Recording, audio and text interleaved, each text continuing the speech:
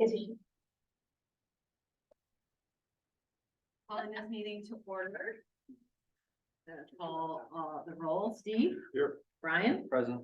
Vladimir? I'm here. Charlie? Here too. As am I. Gonna do the pledge of allegiance. Can your son come up and do the pledge of allegiance for us? Thank you.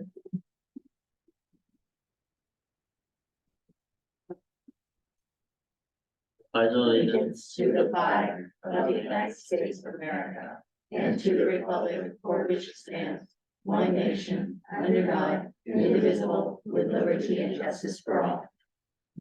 Thank you. Any board members like to provide comment on the agenda? Can I get a motion to approve the agenda? I'll second. All in favor? Aye. Aye. 4-0. On to closed session report, nothing to report from closed session. Just as point of order, 5-0. Instead of 4. I thought I said 5-0. Sorry. No, I heard 4-0. Sorry. It's okay. Just for the Yeah, For the record. record. thanks. Sorry. All right. On to closed session report. No action was taken during closed session.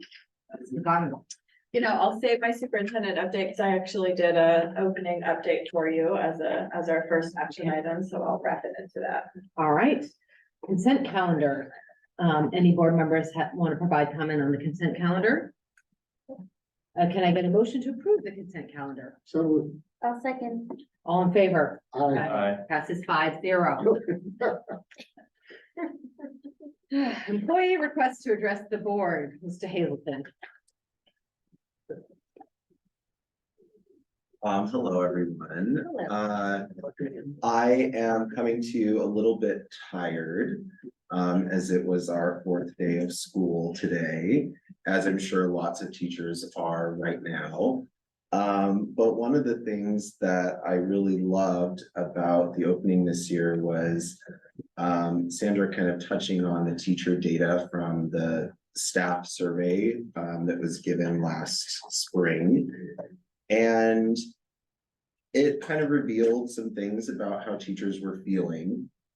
And as we've been doing this work around the wheel, I had a really interesting conversation with Greg in one of the admin meetings about how sometimes it can be difficult for teachers to deliver that full wheel experience if they themselves are not feeling that great.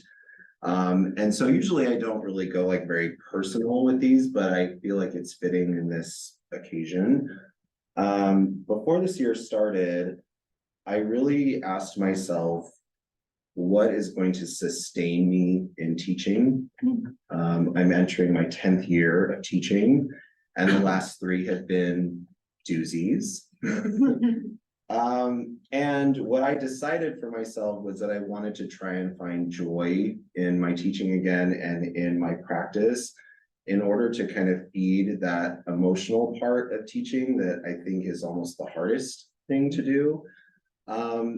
And as we kind of talk about all of this wheel stuff and creating environments that are really great for kids to learn, I also want us to keep in mind what we can do to help teachers maintain that mental state so that they're able to deliver that. Because really, we do know it's best for kids, but at the same time, we have to be realistic.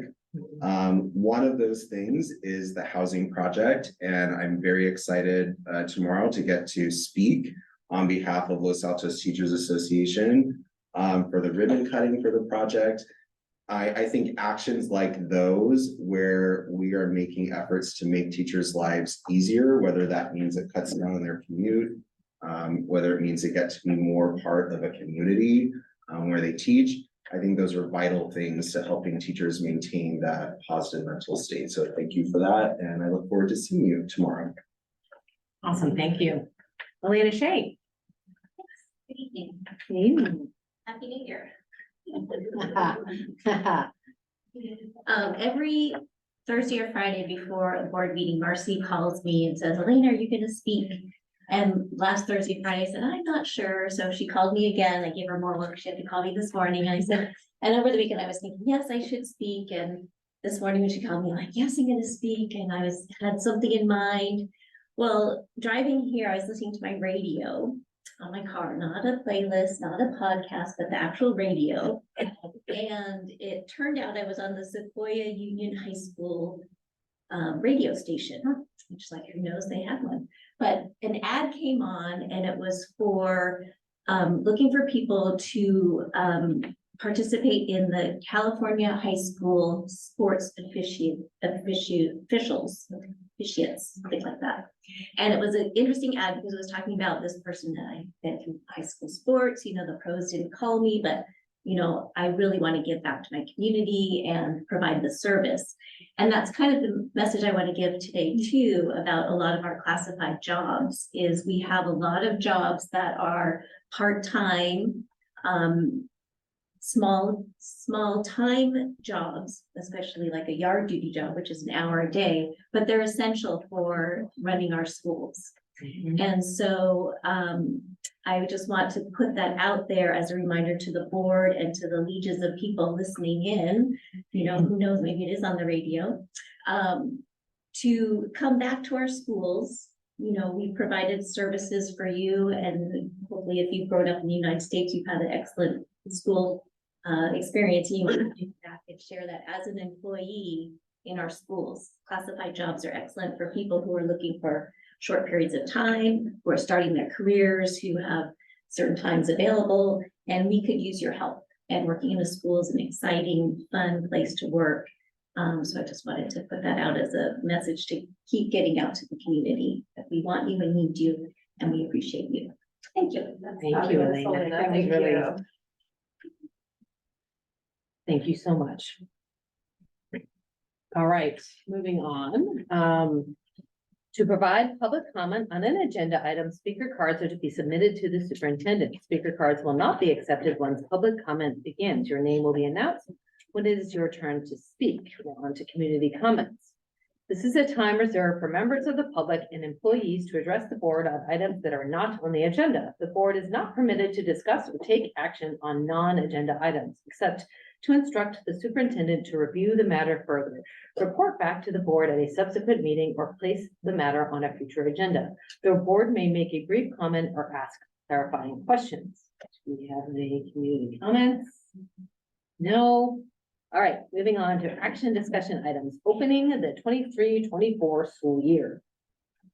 All right, I just pulled a short update for you all. As you know, and as you heard from Chris, we're on week 2, day 4 today. A little bit of the back to school adrenaline has worn off, and our folks are in it across the board. So as you all know, our schools do an amazing job, and our school communities do an amazing job of building community. Our PTAs, our foundation, our volunteers, and our schools hosted all sorts of community building events even before school started.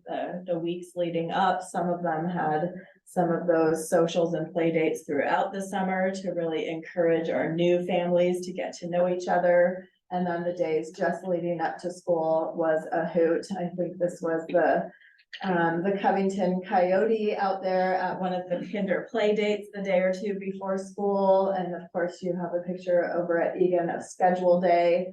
And I was at both Egan and Block the Friday before school started. Just the energy of, you know, those new 7th graders who are so excited to figure out who their teachers are and where their classrooms are and get all the stuff that they need.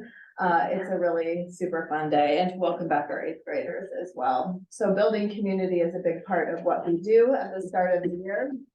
And then a couple of you were able to be at our staff back to school gathering at Egan. And Greg's going to talk a little bit later about our next around our LASD experience, but I always love this day. It's such a fun day to welcome back our staff.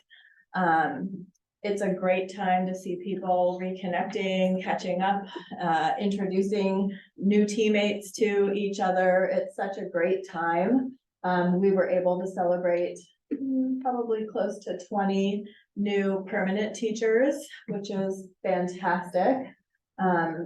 as you know, we want to attract and retain our teachers, so anytime we can celebrate great teaching, we're happy to do that.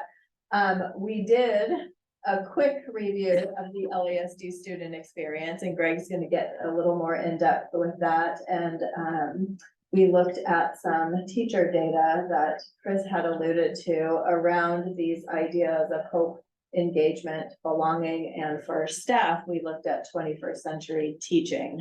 For students, it's 21st century learning. And we looked briefly at kind of the highs and lows of that data and really thought about if this wheel represents our experience for kids, what would it look like for that wheel to represent the experience that we want our staff members to have? How do we make sure we have strong relationships with our staff members, that they come to schools and workplaces that feel safe and they feel a part of, that we provide the adults in our organization rich learning opportunities to continue to grow in whatever their particular area is, and that we continue to support folks across the board to be successful and to feel that hope and belonging. So that's really something we've talked about in our cabinet meeting, our senior leadership, and something that I want to pay extra attention to. As I told our teachers, I want them to have what we call a level 5 experience, that this is the place they want to be.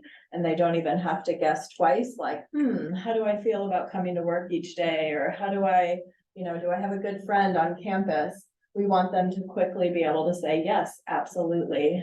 And many of them do, but we want those numbers to go up. So when I'm going around this year, that's really a question that I want to hear from folks, like what could we be doing that we're not doing to make you feel more hopeful or more belonging to our LASD community? So I'm really excited about that work. I was able in the first 3 days of school to visit every single class on all 9 campuses. It was really awesome. I had a few people on prep, or people were in an assembly or what have you, like here I got 4th and 5th grade all at once at Covington because they were in an assembly, but essentially, it's a really fantastic time of year. Our teachers put a lot of work into those first few days of school where they are starting to build great relationships. I was in Chris's room one of the first couple of days and saw his kids were working on kind of their own personal coat of arms. Chris is spending time one-on-one with kids, really getting to know them. And it's such an important part of what we do, especially at the beginning of the year. Teachers are also spending time on developing norms and expectations. Hopefully schools are talking about those school-wide norms and expectations, so it feels familiar for kids year to year or class to class, depending on the school. And then, by Friday, by today, they're diving into great learning. And so the year it's on. And I want to give a special shout out today. I wrote a card to Amanda Klinkman, who was one of our teachers in our SDC primary classroom, and just wrote a note to her and her team. They go right in on day one. There's really no ramp that a lot of our other teachers kind of ease into things, but students with significant needs come to school and they have their needs, and that team was meeting those needs so beautifully on that very first day of school. So it was great to see, and I appreciated that. Updating our Microsoft Outlook. I'm happy to answer any questions you have about kind of our school opening. Overall, really positive vibe, I would say, across all campuses. From talking with families, I went to a lot of the PTA back to school coffees and different sign up things, but people seem to be really happy to be back, excited about the upcoming school year. I know Greg's going to talk about the professional learning, but we got outstanding feedback from teachers on that this year. So it feels like a really fantastic start to the year. How are our new principals doing? Oh, our new principals are doing great. It's been really fun. We have a system of support for them too. Not that they don't know what they're doing, but to understand the culture. So the principals, I've heard from both of our new principals, Nikita Shah and Kevin Armstrong, how great it has been that the principal group has really embraced them, sharing their, back to school, this, that, and the other.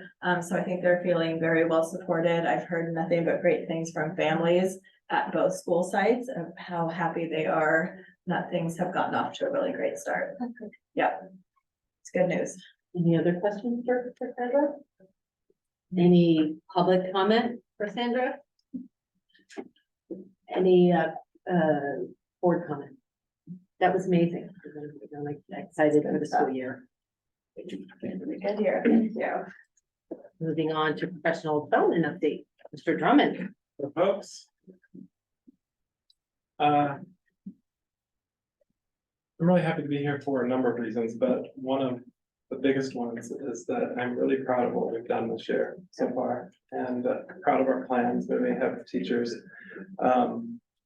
We hosted this summer professional development for all of our certificated staff, and the ones who are unable to come will come in the next few weeks to experience the day that all of our teachers experience. So I want to tell you a little bit about that day, what teachers learned, and then a little bit about some of the other events that we have going on and what we see happening for the rest of the year in professional development.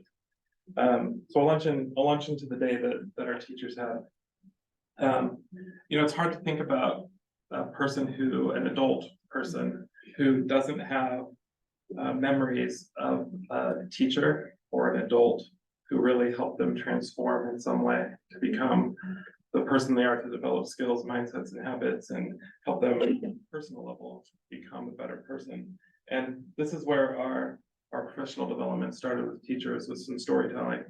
Getting to why we do what we do is really connected to, I think, for most educators, the people who made a difference in our lives. And so we launched that way, and then we got to this question as teachers: what is our role in shaping our student stories, because their stories are being written right now, and this is where we can have the impact. And so we launched from there into talking about some of our.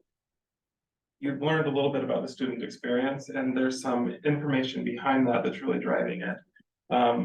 Has to do with science of learning development, which has come together from oh my gosh, now I can't Learning remember. Sciences. Turnaround for Children, Learning Policy. Learning Policy Institute, brought together a group of experts in multiple fields to really answer the question: what do students need in order to thrive in school, K-12 and beyond? And these are some of the ideas that we came up with that are really guiding principles in that.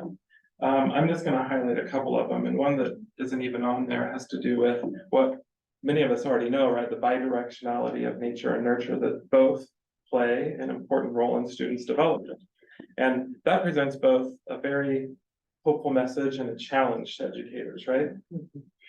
But along with that is what we know about our brains, and that they are malleable. And this is the incredibly hopeful message, is that we truly can have an impact in shaping every student's life for the better. And the way we do that is through context. The experiences they have, the relationships they build, are what push them into development. So you'll see there are some additional things particularly around integration. The idea that I don't have academic learning here and cognitive and social and emotional learning here, that they're all interwoven. That's the way we learn. There's not a separate, now I'm learning academics and now I'm learning this. We're constantly learning all of them together. So all of this comes together for us in what we've talked about before, the LASD student experience. We've LASD-ified it from the last time you saw it, to really get at what it is that we want for every student and what we do for them. So I'll read it for you because I would like to. I like what it says so much. In LASD, we connect with who each and every child really is. put them at the center of their learning experience, integrate their social, emotional, cognitive, and academic development, and develop learners as full people. We know that positive relationships need to be developmental as well in order to push children forward. A positive relationship only goes so far in actually teaching kids how to be better humans. And that they do it best in an environment that is safe, where they know they belong.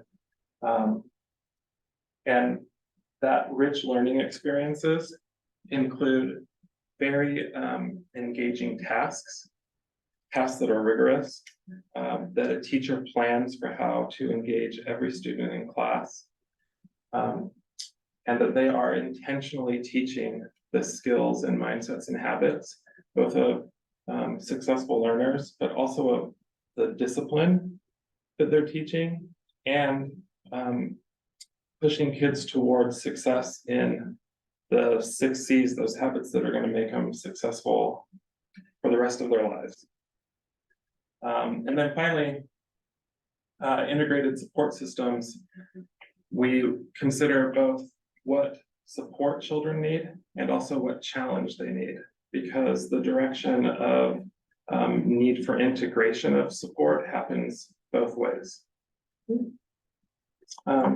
We're so proud that we are carrying on this work with this framework for thinking about it for several reasons. We think that this common language for talking about what we do for kids will really help us to take important next steps in giving kids an even better experience than we already provide them. And it also, I think, affirms that we're doing so much for kids already. It was, as we talked through this with teachers and did some thinking together, they were able to name like bajillion things that we already do on this list that really line up with this wheel experience. And there's also an acknowledgement for all of us that there's more for us to learn. It doesn't stop. The way that we might engage students or think about, even for example, like learning more about bias and culture, and how students bring their individual identities into our classroom and how we support them. We have things to learn across all of these areas. And finally, we really wanted with this to empower teachers, to help them see. There's a guy that I love to read, and what's his name? John Hattie. John Hattie, thank you. There's a book called Developing Teaching Expertise. Thank you. That's a problem. There's a guy I love to read. Who is it, Sandra? That's the one. He says that expert teachers know what classrooms should look like and feel like. And I know that's a very simple way of thinking about things, but when you catch a big vision for it, when you have a mental image of what things are supposed to look like and feel like in a classroom, you can reproduce it. And this framework helps us to see a bigger picture of what classrooms can look like and feel like. So let me, before I go on to this one, we will continue our work thinking and learning about the LASD student experience across this year. So we'll have our October and our January professional development days, where we spend half the day each day learning about new components of the wheel, in addition to some other offerings we'll have for teachers on those days.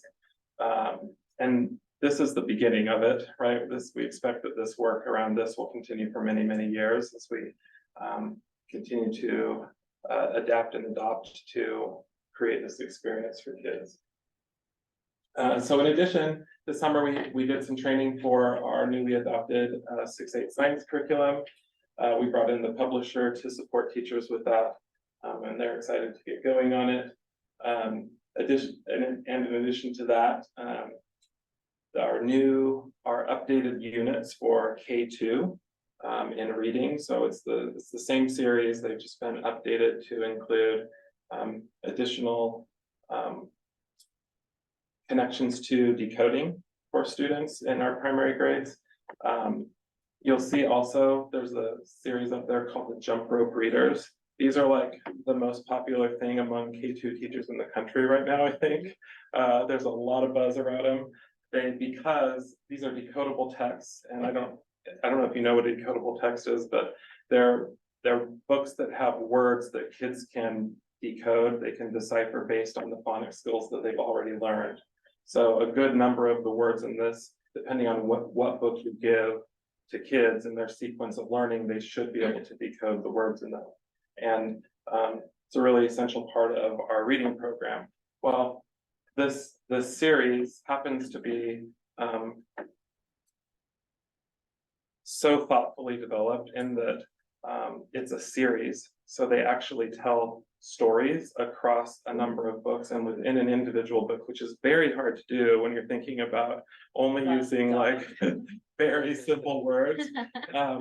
Sometime you should come and look at them. Actually, they're actually really remarkable. And then within the series, the characters will recur across the series. So the kids will see this character who makes a cameo appearance in the next series, and they are also very thoughtful about cultural diversity within the text. So kids will see themselves in the books that they're reading, even in these decodable texts. We're excited to have them and excited for the updates there.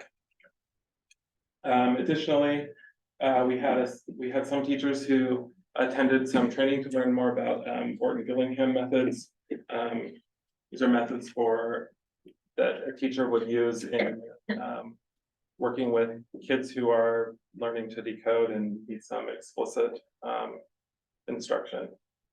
And then finally, I wanted to just share with you other things that have been going on. So our TK team expanded this year. We've added 2 additional TK sections. And so Laura's been working closely with that team to bring on the new members and create some goals for how we're growing that program. We've had a number of special education trainings, including co-teaching training. We brought our leadership team in for a retreat day of learning and some fun. And additionally, we are doing some TK and K and literacy aid training here at the start of the year. So really excited about all of those offerings. I think I talked a little bit about this, about the October and January days. In addition to that, we always have our coaching and mentoring going on. This is our second year in our very own teacher induction program, which we're excited about that it continues. We had our first batch of people that we recommended for a clear credential last year. And that was a really exciting thing to do. And we will, of course, continue with we have weekly leadership team meetings, one tomorrow. We continue every week. There's a segment around professional learning for our leadership team. So I bring this back as I wrap up here. I mean, you can hear probably my enthusiasm around it, but also I feel so hopeful about this. I was telling Sandra earlier today, and I'm not going to remember the exact phrase I said, but I believe this is the beginning for us of some amazing, great things. It is a way for us to describe the amazing things we're doing and to build on. It's a beginning for us as well as a way to describe that. So thank you so much. And I'd love to answer all of your questions about professional development and the wheel and any other thing you'd like to ask. Any questions for Greg?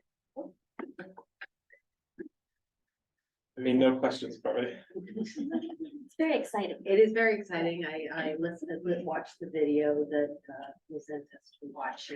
And I just finished the rest of the podcast series. I had listened to a bunch before the summer break, but then I had not finished. It was good to do that before this meeting. So that's one of the reasons I don't have any questions. New episode dropping this week, perhaps. Awesome. If we can get ourselves together on it. We have Dr. Molly Kesselring joining Ooh, us, lovely. talking about the start of the school year and what's important. I have some questions. First of all, the fat cat sat on the mat is something that I learned. Yeah, I bet it was, me too. Quick comment about the way a classroom should look like. When years ago, when my kids were in first grade, I think, yeah, first grade, went to best of school night, and there were two teachers at Gardner Bullis who had classrooms there. And one of them was perfectly arranged. Things were in order, great. The other one looked as if a bomb had gone off in the classroom, but both of them were excellent. Mhm. So it just, it varies a lot.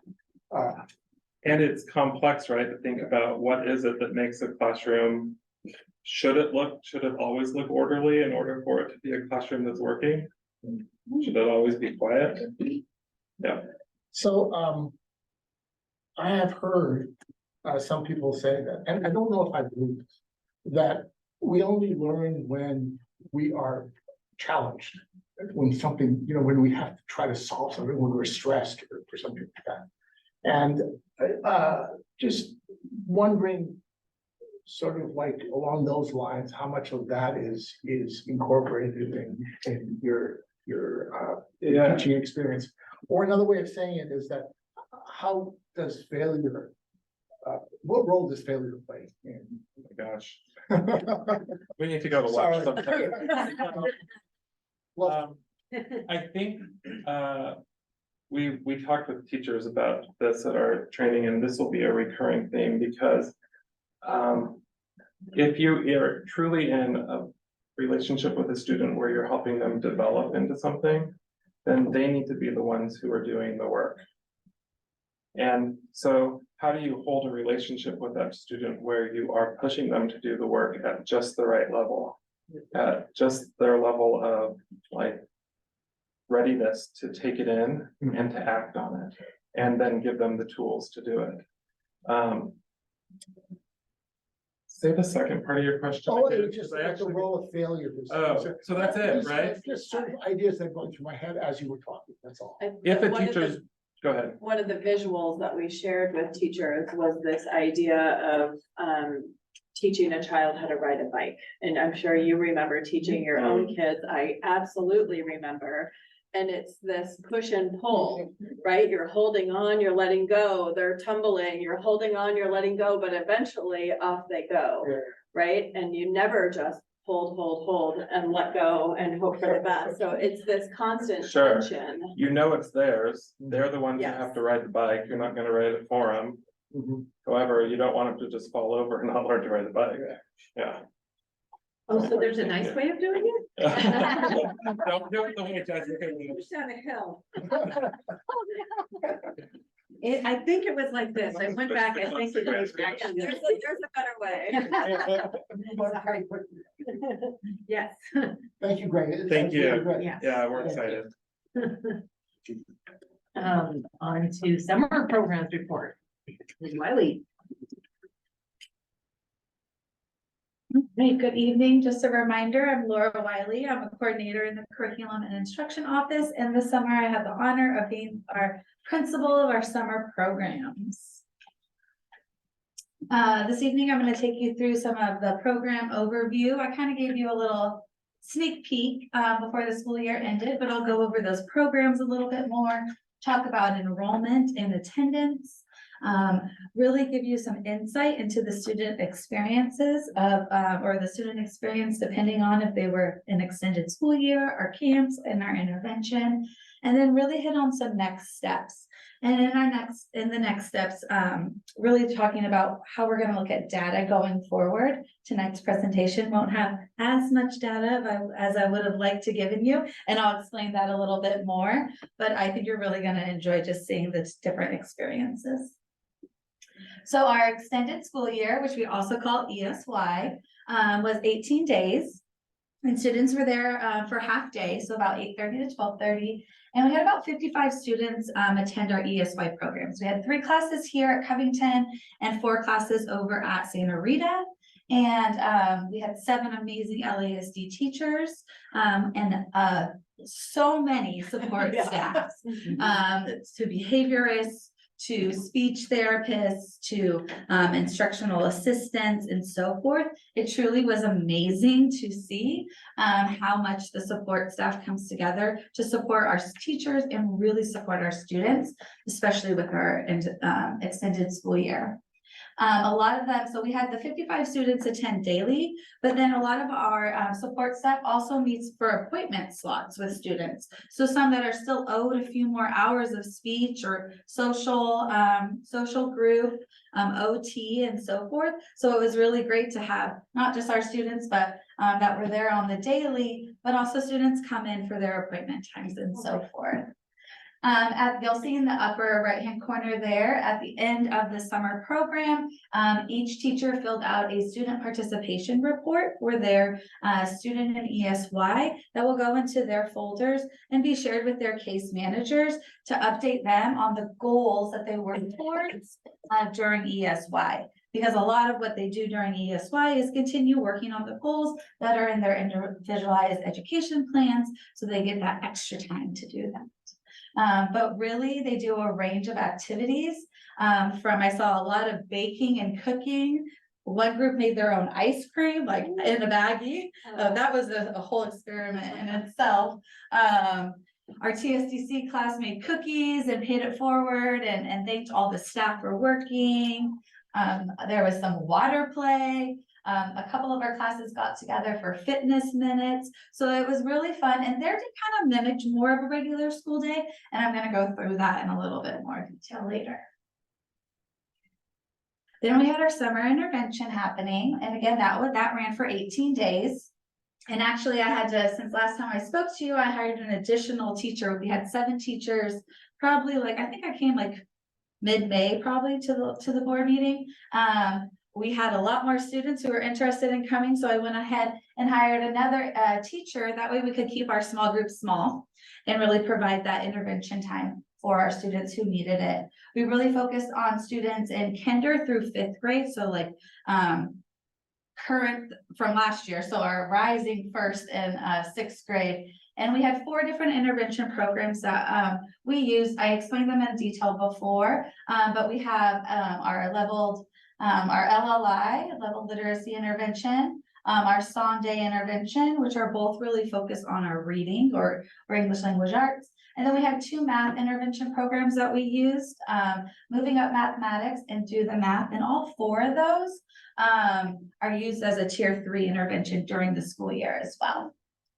It was really great that we could have flexible groupings. So I had the pleasure of taking all of our students in intervention and putting them into small groups based on the data that we had from them. So I really made use of data, and I really utilized principals and having conversations with them, with teachers, pulling up report cards, going really above and beyond. And I was on our school data walls a lot. And so it was really great, and I used all that to make groupings, but you know what, I made some mistakes, as we all do. We fail forward, right? But we had flexibility in our groupings, and we were really able to say hey, this doesn't feel like the right fit for this student. Could I switch them to this other group? So we were really able to do that. Teachers would come to me about it. Students spoke up for themselves too, and were like, this seems a little too easy for me. And I'm like, great, let me walk you over to this one. Let's give it a shot today. So it was really great that we could have that flexibility, and our teachers were wonderful in allowing us to have that flexibility within our groupings. And then at the end of the intervention summer school, we sent home a little progress report to families that gave them, some of the skills that were taught, some key observations, strengths, and areas of growth for those students as well. So those went home on the last day, that July 11th, or were mailed to students that were no longer there. But in general, we were really able to keep our small groups small. I think maybe the largest was about 6 students. So they were really able to do some targeted work. And our teachers really took the time to get to know the kids in their small groups as well. And then this year we partnered with a new company called Right at School that we're using for our ELOC program. And if you remember, summer was really different this year because we had to extend an offer for 30 non-school days for all students who are considered our unduplicated students. So again, those are students who qualify for free and reduced lunch, unhoused, foster youth, and all students who are classified as English language learners. So a good amount of families that we had to offer this 30 non-school days to. So we I'll go through numbers in just a bit, but those were really grades TK through 5th. In summer camp, the day went from 8:30 to 5:30. So it was that full like 9 hours. And our students were able to really have flexibility in attendance. I forgot to say for intervention, I really tried to get everyone to commit to those 18 days. It's not that long, but actually uniquely, it was over 5 weeks this year. We only had one full 5-day week over our summer school. So it was kind of interesting. But with summer camp, they really had the flexibility to pick their timing, to pick the weeks they wanted to go and so forth. So that was really great. It was a new partnership this year, and we definitely had some growing pains. And so there's definitely some conversations that have happened, and we're continuing our partnership at Right at School for some of our after school program for ELOP at Springer, Almond, and Santa Rita. And we're really working on continuing to build that partnership and have open communication. But I wanted to share something with you really quick before I move on from the summer camp. And it was an email I got from a family about their experience with Right at School. So it starts off, I just wanted to let you know how much we appreciated the summer program this year. I'm skipping ahead a little bit. The biggest shout out is for how they handled my 4th grader. She is autistic and has an IA or lab staff member with her 100% of the time during the school year. So I was not sure how summer camp would go. They were wonderful. When I picked her up each day, the staff always had kind words to say about how fun and sweet she is. She felt so included and safe, and I knew they really saw her for the unique person she is. That was just really touching to get that. And like I said, we had growing pains. It wasn't all perfect, but to just it gives me the chills right now, even reading it out loud with you guys. It was just really good to hear that and know that that came across that way. So now I'm going to take you through a student experience a little bit.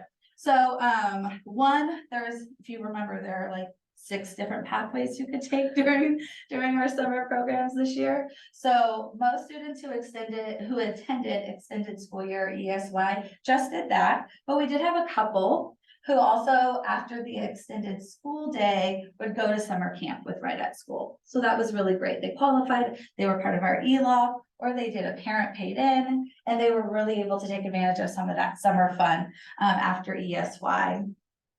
But for example, a day might look in ESY is starting off with a morning meeting, really building that classroom community, and then possibly having fitness minutes or just some movement time. I saw a lot of the classes, they were in there for a little bit and then they might go for a couple laps around or whatnot, and beat their time of how quick they can run around, or couple classes got together and did those fitness minute times.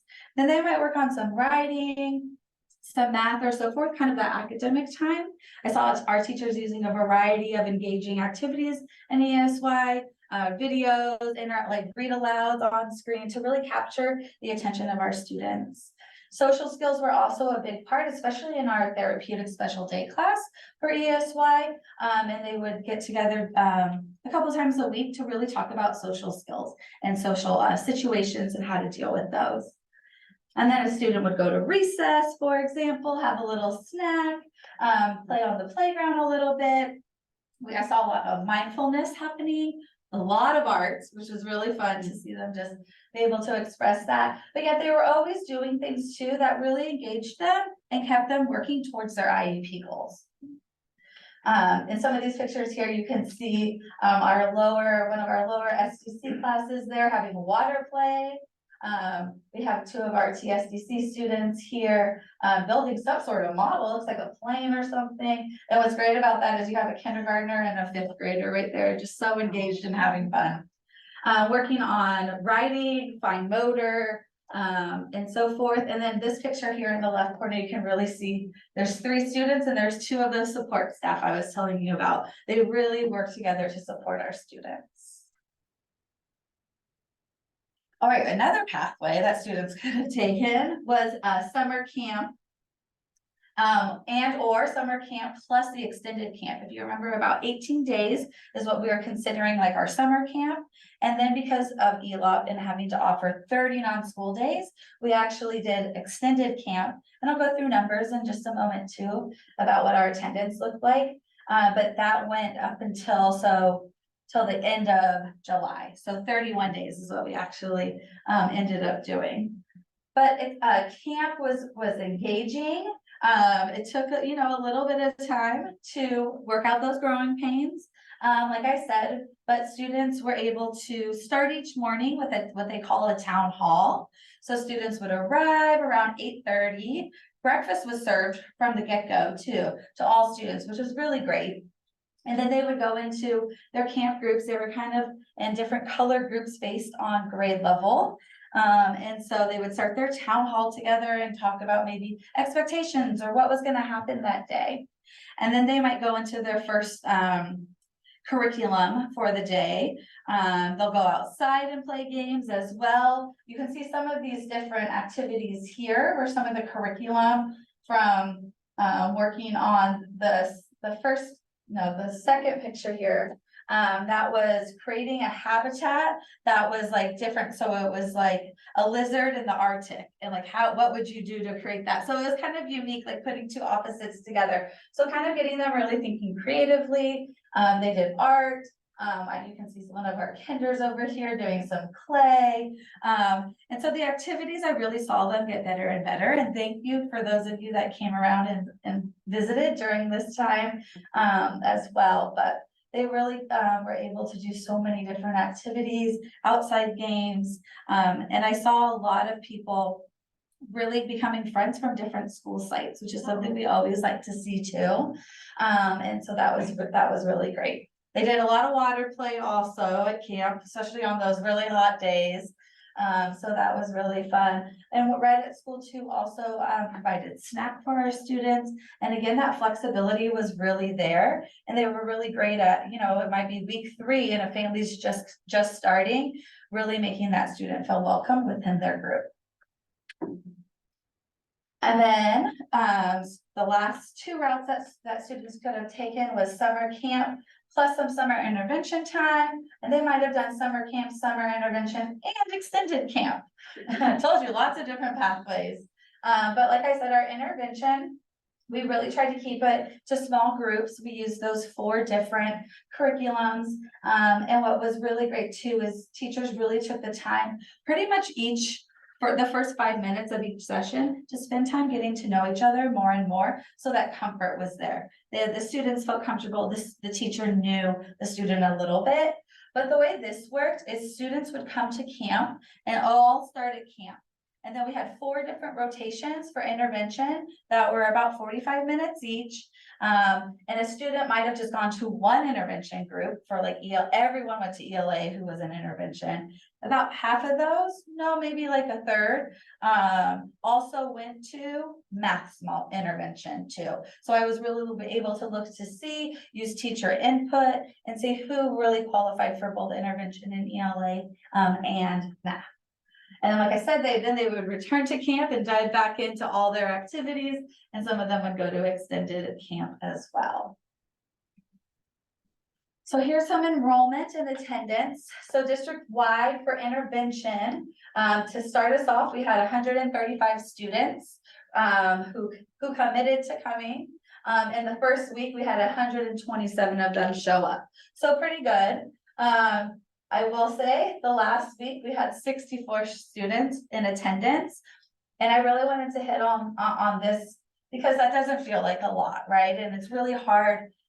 One thing I've noticed, so I was summer school principal 2 summers ago. So that first summer right after the pandemic, and then Claire Griffin was principal last summer. And this is something we've really watched. And I think that more families are traveling, even though I tell them, please commit to all 18 days. Doesn't always happen. And so something that's just been on my mind is how could we really think about the schedule, but also, is there really a best answer to this? It's really tricky to get families to commit over the summer. They say it to your face or in an email, they're gonna be there. And I get it, they wanna travel, there's more open now, and so forth. So we did see a drastic decrease in just the attendance. But a lot of them were there up until week 3. I will say after the 4th of July, you kind of see a little slide in attendance. And then for camp, we had 154 students that first week. So about like 20 or so, 30 that just attended the camp and didn't have intervention. Again, that's because they were ELOP, and so they qualified for that. And they also saw a decrease. So the end of the first main session, the week of July 11th, they were down to about 75 students as well. Each day, about half of the students would leave after intervention time.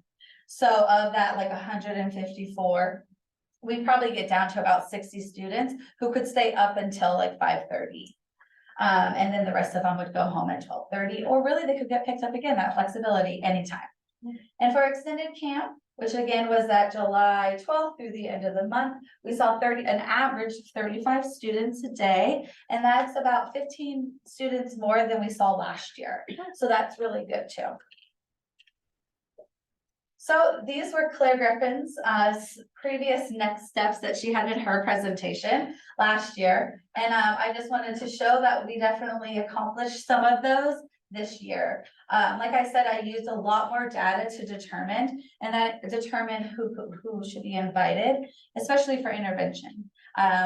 We had talks with principals. I had other members of the curriculum and instruction office out there asking about it, using the data wall, using Amplify, like really digging into our different assessments, our different data that we're collecting to make those decisions. We continued with Do the Math and really had opportunities for students to read high interest books independently as well. That was during those intervention times and during camp. We made sure that camp rooms had a good supply of books for when a student just wanted to sit there and look through a book. And then one other thing we did this year, we're considering meals for all students. Thanks to Eric and his team for working with me on that one. We offered all students breakfast and lunch who attended, and we really did serve a good amount of meals. So it was great. So then my next steps and things to consider if you look for the future.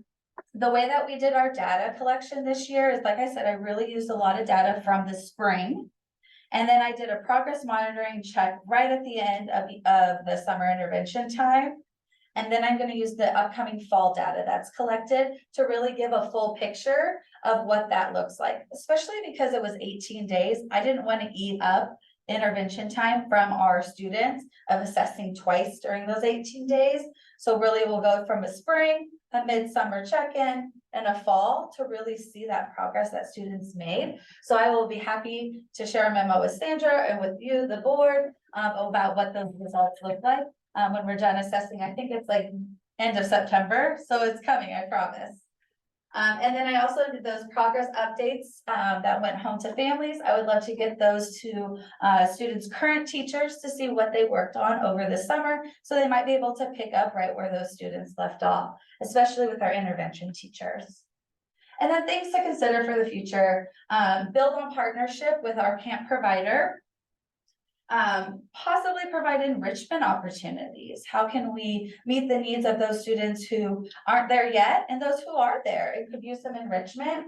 And then stronger and clearer communication. I feel like this year I really tried that, but it's still really hard to figure out the perfect way to communicate and get the message out there and get students registered for summer school and have student parents understand exactly what's happening, especially because we changed it. We went back to a previous way of doing it pre-pandemic this year. Parents were very confused. They kind of expected that mirror of the school day that we had done previously, but just really having stronger and clearer communication. I appreciate you taking the time to listen to how our summer programs went, and I'd be happy to answer questions. Great. Do you have any questions for Can Laura? I make a comment, because I did get a chance to visit the Yes, Jessica, and it was I want to thank you for your leadership, Laura, because Laura is so enthusiastic and so positive. And I think it makes a real difference in our children's experience when the leadership at the very top sets that tone. So thank you so much. Thank you. I have just a couple of questions. I'm trying to remember. Thank you, first of all, for doing this and for dealing with the 6 or 7 different plans. I know it's gotten insanely complicated. I'm feeling better at explaining it though. At first I was. So I was trying to remember, I mean, some of these things are state mandated, some of them are things that we do. And so the extended school year, that is sort of the longest running thing, right? Has Yeah. kind of been mandated for a long time and Yes. is what it is, 18 days. And then ELOP is 31 days, specifically in the summer or throughout the school year as well? Throughout the school, we have to, any student who is our unduplicated count, we have to offer them after school care to equal a 9-hour school day Right. for all 180 180 days, plus 30 non-school days. So that could be intercession, like February break, so forth. We've decided to do that during the summer. Okay. Yeah.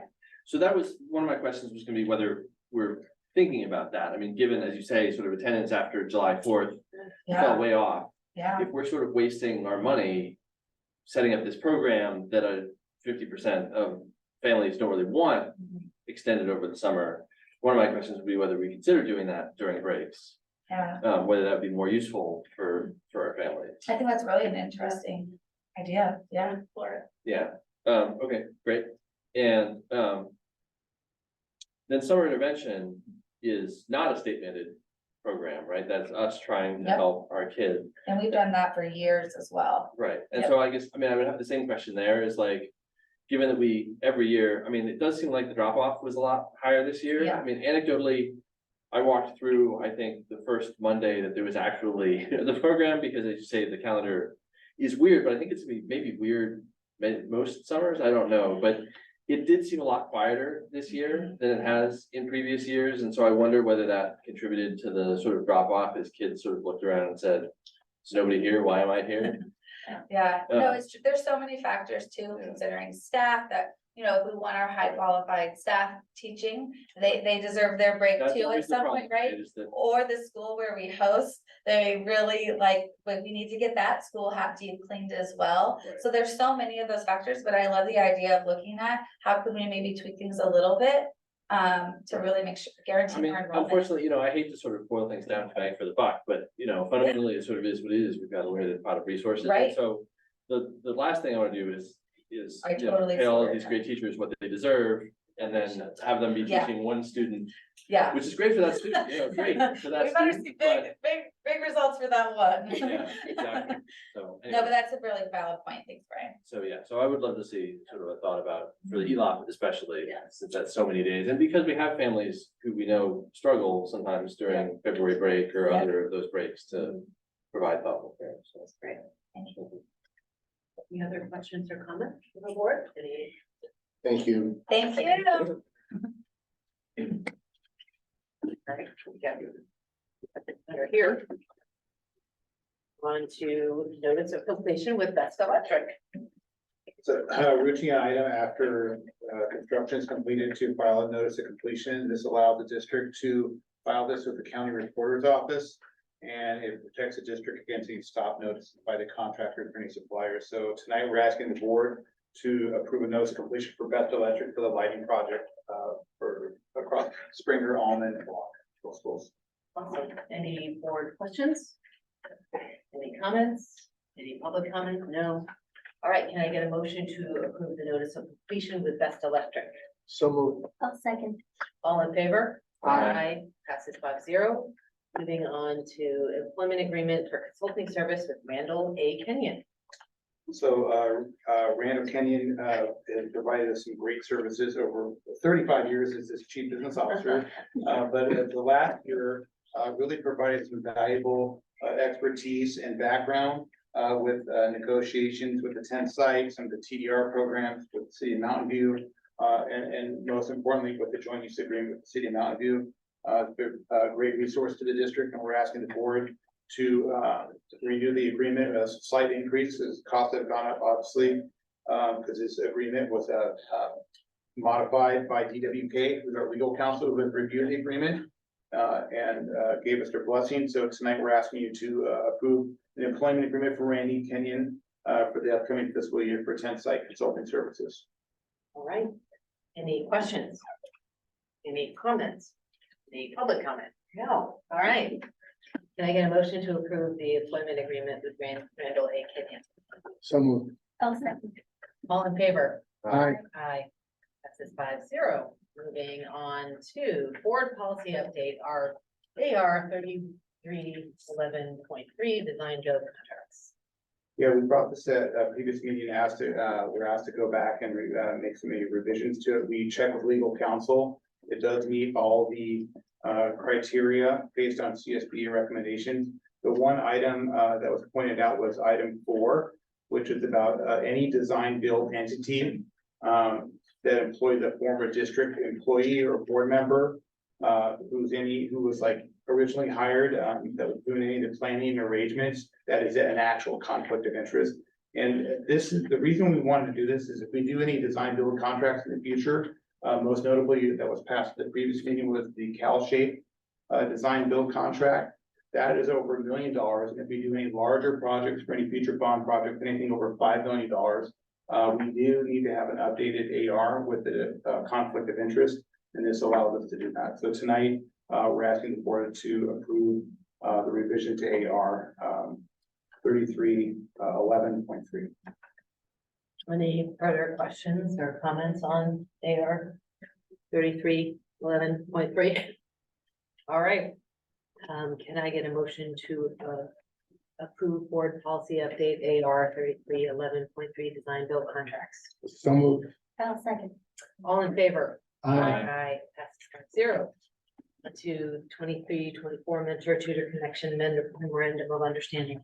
Yes, so tonight you have our annual mentor tutor connection MOU. I was able to meet with their executive team last week, I believe, just to talk about the programs that they've helped us support in the past and looking forward to working with them again. They are a great community partner with us. I think for this small amount, we get a very big bang for the buck that they're working directly with our greatest students in need. So I encourage you to approve our MOU. Any questions? They do supply a great resource to us. We are very lucky to have such an organization in our area, helping us make a difference for our kids that are on the edge of learning. So can I get a motion to approve this memorandum of understanding of mentor tutor connection? So moved. I'll second. All in favor? Aye. Aye. 5-0. Moving on to board administrative comments, Mr. Walkevich. Sure, I want to share some good news. Every once in a while, the district applies for grants and things. Late last spring, we applied for the transportation plan. Most basic state school districts really don't get that because it's part of the LCFF funding, but we did apply for the transportation plan. And we actually received a check from the state for $82,000. So always good news. And then of course it's for the 21-22 school year, so they always give it a year behind. But we feel like by having this plan, and we spend about over $450,000 on special education transportation, so this will help offset some of those costs. The other item is exciting to share is that this Wednesday, CACF will have our first meeting of the year, so they're excited to get that meeting started on Wednesday night. Thank you. How much do we actually spend on busing and transportation? About 450,000, yeah. So it makes a difference, Yeah, big difference. but it's important to know that we didn't pay for all of our busing with the $81,000. Yeah. Sandra. I will be attending our first CACF meeting on Wednesday. I'm looking forward to that. I'm looking forward to the housing celebration tomorrow, hearing Chris be a speaker there. And then next week, I'll put it in our Fridays. Thank you for signing up. We have open house or back to school nights happening. Our junior highs next Wednesday, the 30th, and then our elementaries are all on Thursday, the 31st, and then everybody's taking a half day on Friday to make up for that time. So we're looking forward. also be in action. All right, Shelley? No, just looking forward to the groundbreaking tomorrow. I just wanted to say that, August 10th, Brian and I went to that regional housing bond symposium. And I have the slides and the handout, so I will ask Marcy if she doesn't mind sharing with the other board members. The only comment I wanted to make about that, it was, one of the few times that we had school board members and city council members together talking about this, right? Because affordable housing is something that's a priority for all of us. So I hope it'll be the first of many conversations, but it was really good to understand what the regional housing bond measure was and what the county's been doing. Affordable housing. So just look for that. Awesome. Glad to hear. Right. Yeah, it was very interesting, both because to realize what the resources are at the county level, and sort of the various pots of money, and there are people at the county, more than I sort of had realized working on affordable housing, not just educational workforce housing, sort of affordable housing of all kinds, but should we ever in the future be interested in that as a district, there are lots of people who could help us and point us towards pots of money. And also interesting to hear about the potential plans for a region-wide, all 9 counties bond for affordable housing next year. possibly. Oh, with that. Steve? I went to the back to school day for staff at Egan. Did the first day of school at Covington. And I've been helping with the personal tax campaign. And I look forward to the groundbreaking. Meeting adjourned.